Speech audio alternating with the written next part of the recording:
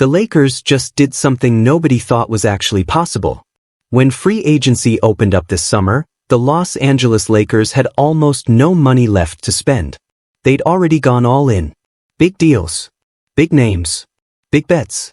And the one player they desperately needed, a young, explosive, two-way wing who could play alongside Luka Dončić and help the Lakers actually compete for a championship, was sitting right there on the open market, available to anyone who could figure out how to get him.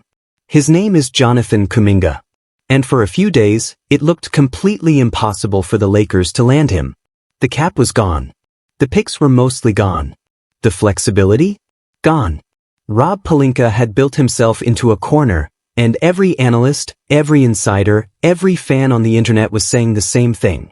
The Lakers can watch from a distance, but they cannot get Jonathan Kuminga. But here's the thing about the Los Angeles Lakers. They always find a way. And right now, the entire NBA world is buzzing because the pieces are moving, the dominoes are falling, and the sign and trade for Jonathan Kuminga is not just a rumor anymore. It is a real, live, developing situation that could completely reshape what the 2026-27 Lakers look like. Today, we are going to go deep on this. And I mean really deep. We're going to start from the very beginning, where Jonathan Kuminga came from, what his journey has looked like, why the Warriors gave up on him, why the Hawks let him walk, and why the Lakers want him so badly. Then we're going to break down the financial puzzle Rob Pelinka is trying to solve in real time. And finally, we are going to talk about what a Lakers team with Kuminga actually looks like, and whether this is the move that turns them from a good team into a great one. So sit back, because this story is wild from start to finish. Let's go all the way back. Because to understand why Jonathan Kuminga matters so much right now, you have to understand where he came from and what he's been through to get here. The city of Goma sits in the eastern part of the Democratic Republic of the Congo, right on the edge of a massive volcanic lake, surrounded by lush green hills that can look almost magical depending on the light and the season. It is a place of stunning natural beauty, and also a place that has seen tremendous hardship, conflict, poverty, uncertainty. Life in Goma is not easy. It has never been easy. And in that city, on October 6, 2002, a boy named Jonathan Malangu Kuminga was born. From the time he was barely old enough to walk, Jonathan was around basketball. His whole family had it in their blood. His parents played. His cousins played. His older brother Joel had serious talent. Basketball wasn't just a hobby in the Kuminga household. It was a language, a bond, a way of life. And from the very beginning, Jonathan was different. Even as a small child, you could see it. The quickness, the instincts, the way his body seemed built specifically for the sport. But here's the thing that people don't always appreciate when they watch Jonathan Kuminga play a game in a packed NBA arena, wearing his jersey and going up for a thunderous dunk. This kid made one of the hardest decisions a person can make when he was just 13 years old. He decided to leave his family. Not because they didn't love each other. They absolutely did. But because Jonathan understood something at 13 that most adults take decades to figure out. If he was going to be serious about making it to the NBA, he couldn't stay in the Congo. There was no pathway there. Not the kind of pathway he needed. There was no money. There was no proper infrastructure. There was talent everywhere, but nowhere near the kind of platform that would allow the world to see what he could do. So in 2016, Jonathan Kuminga boarded a plane. He left Goma. He left his mother and his father and everything familiar about his world. He crossed an ocean and he landed in the United States of America with a dream that most people would have told him was impossible. He enrolled at Huntington Prep School in Huntington, West Virginia. And he got to work. Those early years in America were not glamorous. Learning a new language. Navigating a completely different culture. Missing your family. Feeling out of place. But Jonathan Kuminga did what great athletes do. He channeled all of that energy, all of that emotion, all of that longing into becoming better at basketball. Every single day. By his sophomore year, he had transferred to our Xavier New American School in New York, and he was already being talked about as one of the best players in the entire country for his age. He was averaging 25 points, 5 rebounds, and 5 assists as a sophomore. He won MaxPrep's National Sophomore of the Year honors.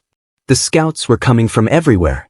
Then he moved again, to the Patrick School in Hillside, New Jersey, which is basically a basketball factory for elite prospects. And by this point, Jonathan Kuminga wasn't just good. He was the #1 player in his entire class. The consensus top prospect in the 2021 recruiting rankings. But here's where it gets even more interesting. Jonathan Kuminga looked at his options. He could finish high school, go to college, do the traditional route, and he decided to skip all of that. He reclassified to the class of 2020 and signed with the NBA G League Ignite for their very first season. This was a relatively new pathway the league had created for elite prospects who didn't want to spend a year or more in college. You play against professional competition. You get paid. You develop in a more NBA-like environment. And in 13 games with the Ignite, Kuminga showed the world exactly what the fuss was about. He averaged 15.8 points, 7.2 rebounds, and 2.7 assists per game. He was dominant on both ends. The athleticism was impossible to ignore. He could get to the basket at will. He could defend multiple positions. He was explosive in a way that just doesn't grow on trees. By the time the 2021 NBA draft rolled around, the question wasn't whether Jonathan Kuminga would be a lottery pick. The question was just how high he would go. And the Golden State Warriors answered that question on draft night when they selected him 7th overall. Just let that sink in for a second. A kid from Goma, Democratic Republic of the Congo, who left home at 13, who had to learn a new language, who had to fight and grind and sacrifice every single day, was now an NBA player. He was living the dream. He was exactly where he always believed he would be. Now, the Warriors in 2021 were in an interesting spot. They had just come off a couple of rough years. Injuries had derailed what should have been another dynasty run. But Stephen Curry was still Stephen Curry. Klay Thompson was working his way back from his own devastating injuries. Draymond Green was still there. And the front office, led by Bob Myers, was thinking about two things at once: winning now and building for the future. When they drafted Kuminga 7th overall, it was a bet on the future. Bob Myers later explained it pretty clearly. They wanted someone who could potentially be the next face of the franchise, someone with that Tracy McGrady-type ceiling. But unpolished, yes. But the tools were generational. In his rookie season, Kuminga played a backup role on a Warriors team that went on a truly remarkable run. Despite being 19 years old, despite being one of the youngest players in the entire league, Jonathan Kuminga won an NBA championship with the Golden State Warriors in 2022 when they defeated the Boston Celtics in 6 games. Let that sink in again. At 19 years and 253 days old, Jonathan Kuminga became the second youngest NBA champion in the history of the league. The only player younger to win a ring was Darko Milicic, who barely played for Detroit's championship squad back in 2004. Kuminga was actually playing. He was contributing. He was showing flashes of what he could be. And those flashes were incredible. There was a game in December of his rookie year where he scored a career-high 26 points in his first career start. Against the Toronto Raptors. He was playing with so much confidence and so much energy. You could see it, the skill, the burst, the competitive fire. The future looked so bright. But here's where things started to get complicated. The Warriors were still in championship mode. Curry, Thompson, Green, these guys weren't going anywhere. They wanted to win now. And there simply wasn't room in that system for a young player like Kuminga to get the consistent, heavy minutes he needed to fully develop. He'd have stretches where he was great. He'd have stretches where he'd disappear for games at a time, sitting on the bench while Steve Kerr worked through his rotations. It became a recurring theme. Kuminga would show you something electrifying, a string of games where he was dynamic, where he was scoring and defending and doing everything you wanted, and then he'd get yanked from the rotation again. Inconsistency. That was the word that followed him everywhere. And here's the thing about inconsistency at the NBA level. It doesn't just mean you're playing badly sometimes. It means coaches can't trust you. It means you don't know when your opportunities are coming. It means your confidence takes hits. It means the question mark next to your name gets bigger, not smaller. There was another problem too. Injuries.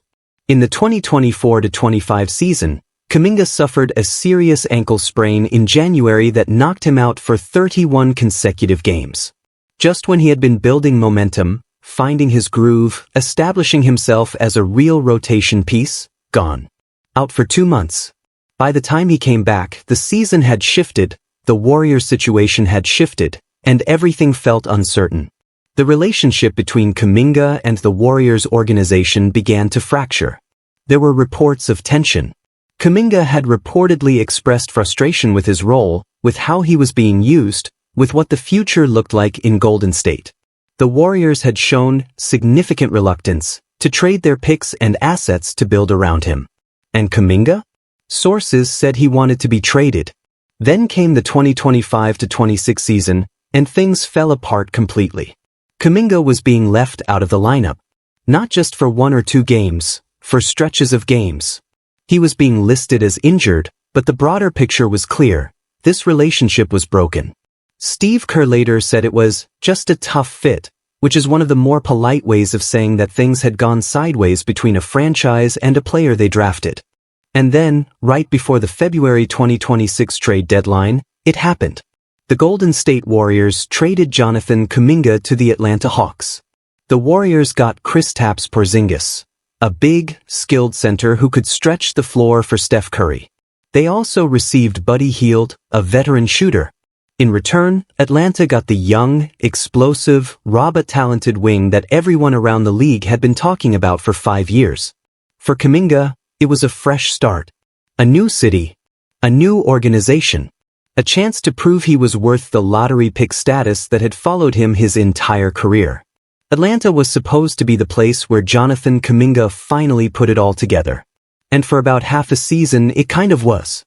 The Hawks already had a talented core. Trae Young was their offensive engine. They had other pieces around him. And Kuminga's blend of athleticism, size, and defensive versatility gave Atlanta something they'd been missing. A genuine two-way wing who could guard the other team's best player and still be a threat on offense. He played 36 games with the Hawks in the regular season. He averaged 12.2 points, 5.6 rebounds, and 2.3 assists per game, shooting 46.3% from the field. Those aren't eye-popping numbers. But context matters. He was still getting acclimated to a new team, a new system, a new set of teammates. The flashes were there. And then the playoffs came. The Atlanta Hawks made the postseason and faced the New York Knicks in the first round. The Knicks were one of the best teams in the Eastern Conference. Big stage. Intense atmosphere. High pressure. Jonathan Kuminga was electric. He averaged 12.6 points per game in the playoffs, and he saved his 2 best performances for Atlanta's 2 wins against New York. In those 2 victories, he combined for 40 points. 40 points in the 2 games the Hawks managed to beat a team that would go on to win the Eastern Conference. He was physical. He was attacking. He was showing everybody exactly why a team like the Los Angeles Lakers was about to come calling. The Knicks ultimately won the series, and according to reports, went on to win the NBA championship that year. But Kuminga had made his mark. He had shown the basketball world that the potential was real, that the tools were real, that the question marks were starting to get some answers. And then the Atlanta Hawks made a decision that changed everything. At the end of the season, when they had the option to keep Kuminga for another year at $24.3 million, they passed. They declined his team option. They made him an unrestricted free agent. Why would they do that? According to league sources, Atlanta did it strategically. They could see that the market for Kuminga wasn't going to hit that $24.3 million mark. Not enough teams had the cap space to give him that kind of money. By declining the option and keeping his bird rights, the Hawks gave themselves the ability to re-sign him for whatever the market actually bears, or to facilitate a sign-and-trade with a team that could package the right assets. Jonathan Kuminga, the kid from Goma who had won a championship at 19, who had gone through turbulence in Golden State, who had shown his best basketball in Atlanta's biggest moments, was now a free agent at 23 years old. And the Los Angeles Lakers were watching very, very closely. Let's talk about what the Lakers were dealing with heading into the summer of 2026, because it helps explain why they wanted Kuminga so badly and why getting him was so complicated. The biggest news of the offseason didn't actually involve a trade or a free agency signing. It involved a departure. LeBron James, 8 years with the Lakers, one championship in the Orlando bubble in 2020, the NBA's all-time leading scorer, one of the greatest players in the history of the sport, told the Lakers on the morning of free agency that he was leaving. It was a moment that felt like an earthquake in Los Angeles. Even if people had seen it coming, even if the rumors had been building, actually hearing the news was something else. Jeannie Buss released a warm statement thanking him for his time.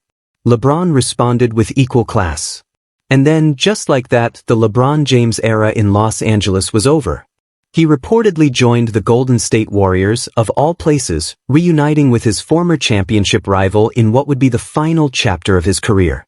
The Warriors, who had just sent Jonathan Kuminga to Atlanta, were now getting LeBron James. Basketball is wild. But back to the Lakers. With LeBron gone, the path was clear. The Lakers were now officially building around Luka Dončić. You'll remember that at the 2025 trade deadline, a moment that felt like it dropped from another dimension, the Dallas Mavericks had traded Luka Dončić to the Lakers in exchange for Anthony Davis and other pieces. It was a blockbuster that made the entire basketball world stop and stare. Dončić, in his prime, one of the top 3 players on the planet, going to Los Angeles to wear the purple and gold. And now, without LeBron, without Anthony Davis, the franchise was truly all in on Luka. His era was beginning. But Luka himself had been clear with the front office. He needed help. Real help. Specifically, he wanted an elite center. He'd been vocal about needing an A-list big man to play alongside him. And he wanted the wings around him to be athletes, defenders, guys who could play at pace and make his life easier rather than harder. Rob Pelinka heard the message. In the span of 35 minutes on the second day of free agency, and yes, I said 35 minutes, it was absolutely chaotic, the Lakers made a series of moves that reshaped their roster. They acquired Walker Kessler from the Utah Jazz in a sign-and-trade. Kessler is a 7'2" monster, an elite rim protector, one of the best defensive bigs in the entire league. He signed a 4-year, $130 million deal. Done. They signed Quentin Grimes, a shooting guard who had actually been a former teammate of Luka's in Dallas, to a 4-year, $60 million deal. Grimes brings perimeter defense and three-point shooting, exactly what Luka needs around him. They signed Colin Sexton to a 2-year, $19 million deal. A backup point guard who can push the pace and give Luka rest. They signed Sandro Mamukelashvili to a 4-year, $52 million deal for frontcourt depth and versatility. In 35 minutes. For significant commitments. The cap space that had been sitting there waiting after LeBron's departure was now essentially gone, locked up in these new deals. And you would think that would be enough, right? For significant additions around a generational point guard who was going to be the best player on the team no matter what. You could look at that and say, okay, good summer, let's see how the team plays. But Rob Pelinka wasn't satisfied. And more importantly, Luka Dončić wasn't satisfied. Because there was still one gaping hole in the roster. A wing. Not just any wing. A young, explosive, two-way wing who could guard the other team's best perimeter player, who could finish above the rim in transition, who could be a real scoring threat when defenses shifted to stop Luka. That kind of wing changes everything about how you can play. That kind of wing is the difference between a good team and a dangerous team. And there was one wing on the market who fit that description better than anyone else available. Jonathan Kuminga. That changed everything. Because here's the thing, the Hawks didn't have to do this.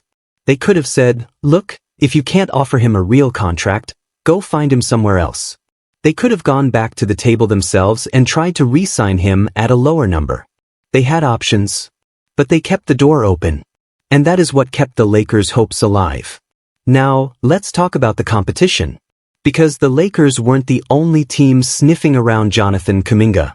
The Cleveland Cavaliers had emerged as one of the strongest suitors for Kuminga.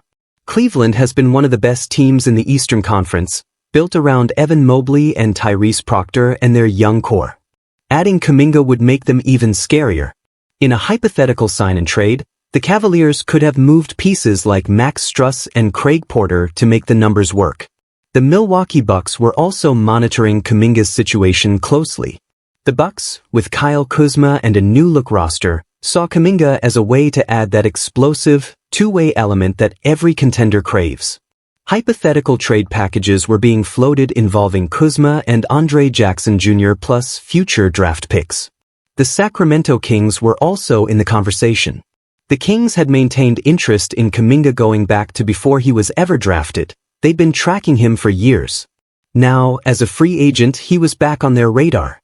Even a return to Atlanta wasn't completely ruled out. The Hawks had declined his option, yes, but that didn't mean they didn't want him. They still had his bird rights. If the market came in lower than Kuminga expected, if other teams couldn't quite meet his price, coming back to Atlanta at a slightly reduced number was always sitting there as a fallback. So the Lakers weren't operating in a vacuum. They were in a competition. A real one. With teams that had more financial flexibility, more cap space, more draft assets to dangle. That's the part that made this so urgent. Rob Pelinka couldn't just sit back and wait. He had to move. He had to figure out the pieces, make the calls, convince the right teams to participate, and get a deal done before someone else swooped in. Because if Kuminga went to Cleveland or Milwaukee, if he ended up being the piece that turned one of those Eastern Conference teams into the clear favorite to come out of the East, that would sting. Badly. The Lakers would have tried, come close, and ultimately come up short. And you'd spend the entire next season watching Kuminga go off on someone else's team and wondering what could have been. But Pelinka had an ace that the other teams didn't quite have to the same degree. The pitch. According to NBA insider Jake Fisher, the Lakers had already directly pitched Jonathan Kuminga on their vision.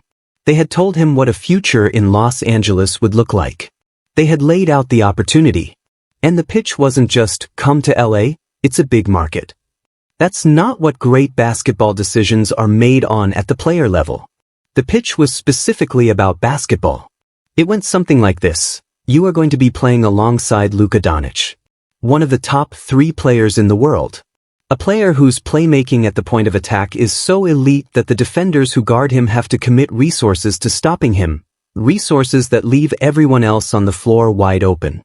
His vision, his ability to find cutters, his ability to kick out to shooters at exactly the right moment, all of that creates an environment where an athletic wing who can finish above the rim and make plays becomes absolutely lethal.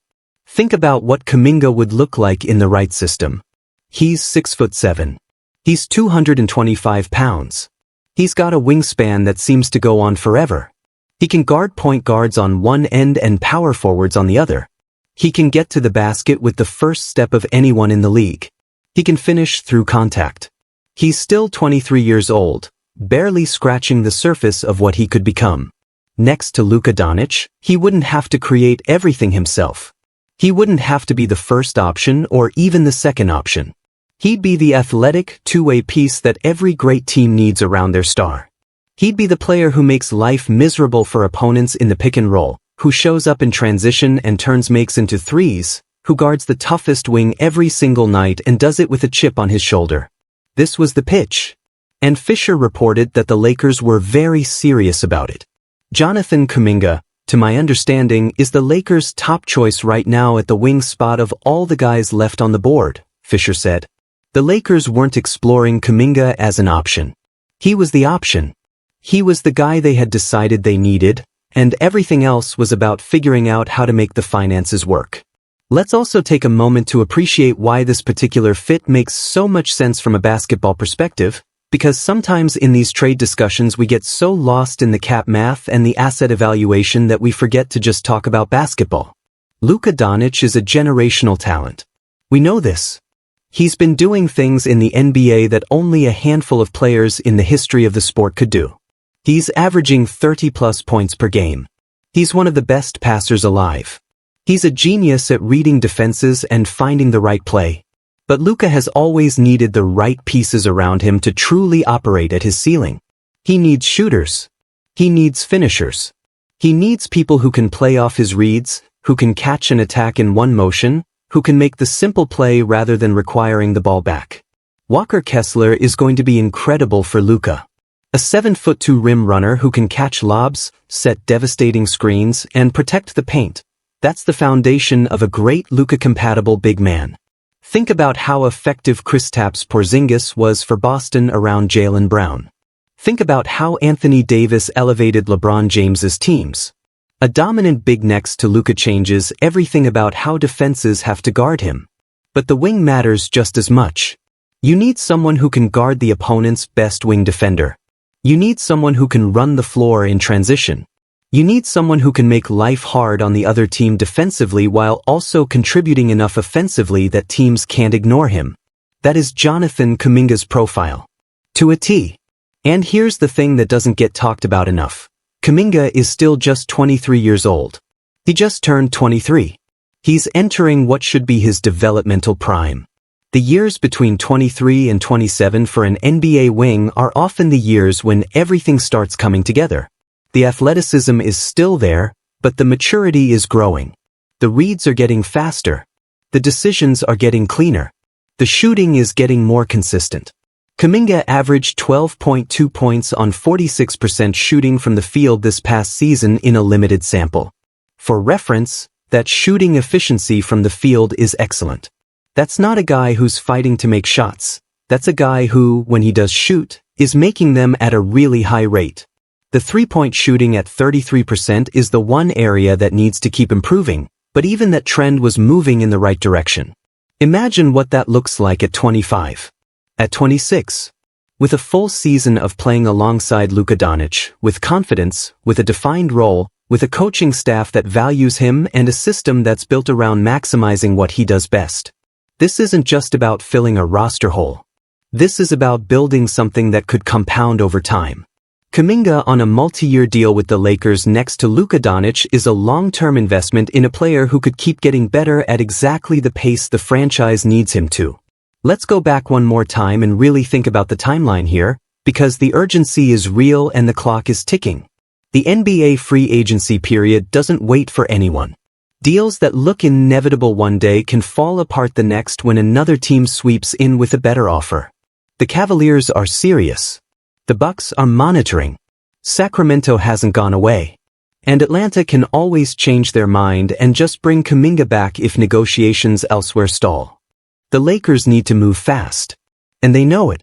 Pelinka had already begun exploring the salary dump route, looking for teams willing to take on the Hardy, Vanderbilt, and Connect contracts in exchange for relief from their own roster issues.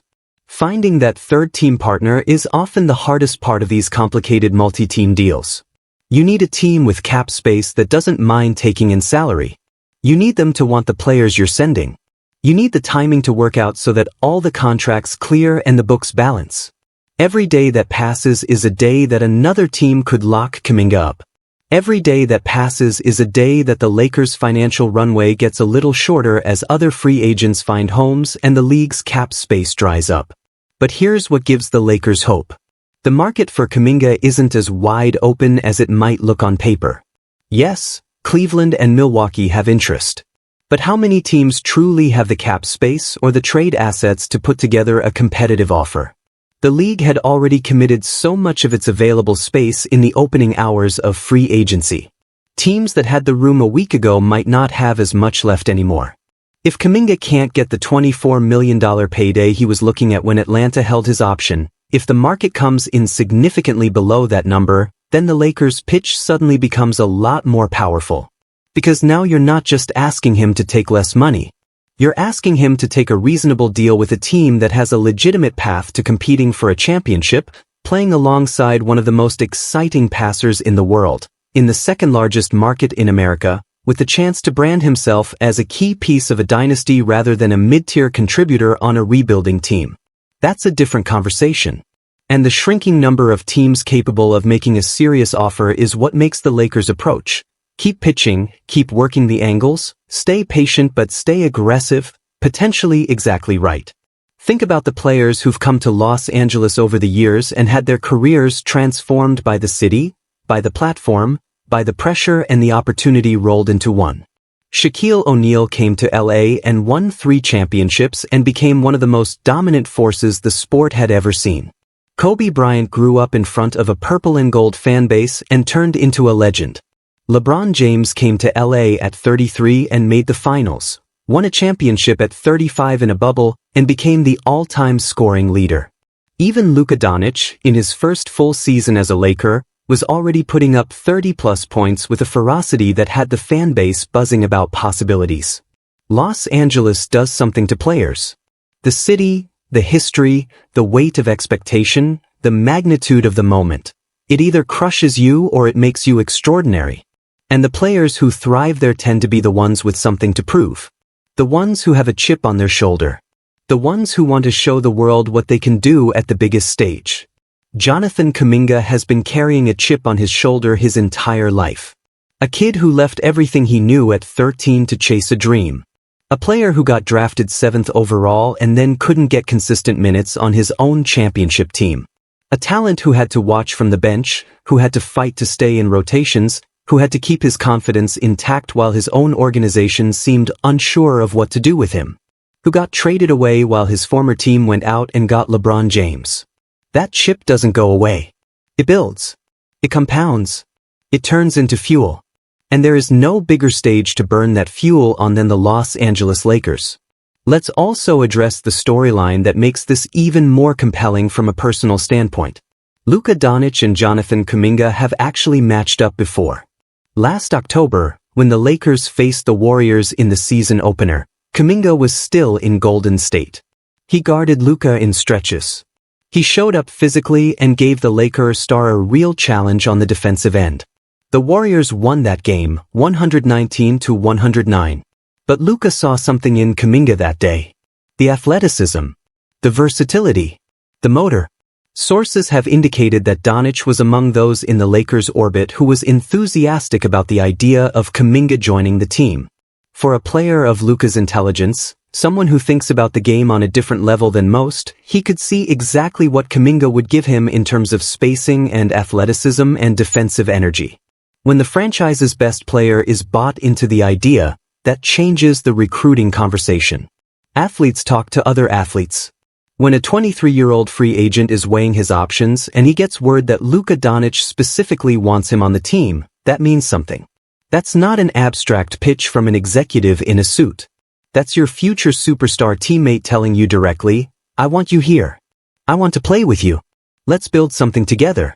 But I want to leave you with this, because sometimes in our rush to analyze the cap math and break down the trade packages, we lose sight of what actually makes sports matter. This isn't just a transaction. This isn't just a salary dump and a matching salary and a sign-and-trade mechanism. This is a 23-year-old human being who has been working toward this his entire life. Who left his family on a different continent when he was 13 because he believed he could make it. Who won a ring before he was old enough to drink legally in America. Who sat on benches when he should have been playing. Who got traded away when he deserved better. Who showed his best basketball when the lights were brightest in the playoffs and proved to everyone watching that the talent was never the question. And now he's standing at a crossroads. The next decision he makes, the next team he joins, could define the trajectory of the rest of his career. If he goes to the right place, with the right system, with the right star alongside him, there is genuinely no ceiling on what Jonathan Kuminga becomes. The Lakers believe they are that right place. Luka Dončić believes they are that right place. And if Pelinka can solve the puzzle, if he can move the right pieces, convince the right teams, and get this sign and trade across the finish line, then when the 2026-27 NBA season tips off, the Los Angeles Lakers are going to look very different than they did a year ago. They're going to look dangerous. They're going to look young and athletic and built for the long haul.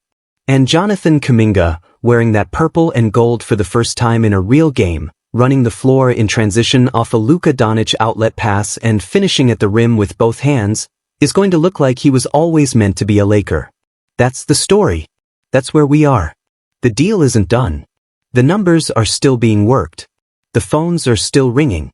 But the direction is clear, the interest is real, and the Lakers are closer to landing their number one target than most people thought was possible just a week ago. Whether it happens or not will tell us everything we need to know about this front office, about this franchise, and about whether they're truly serious about building something special around Luka Dončić. Stay tuned, because this one is moving fast. And when the news drops, and it could drop any moment now, you'll want to know everything that brought us to that point. And now you do.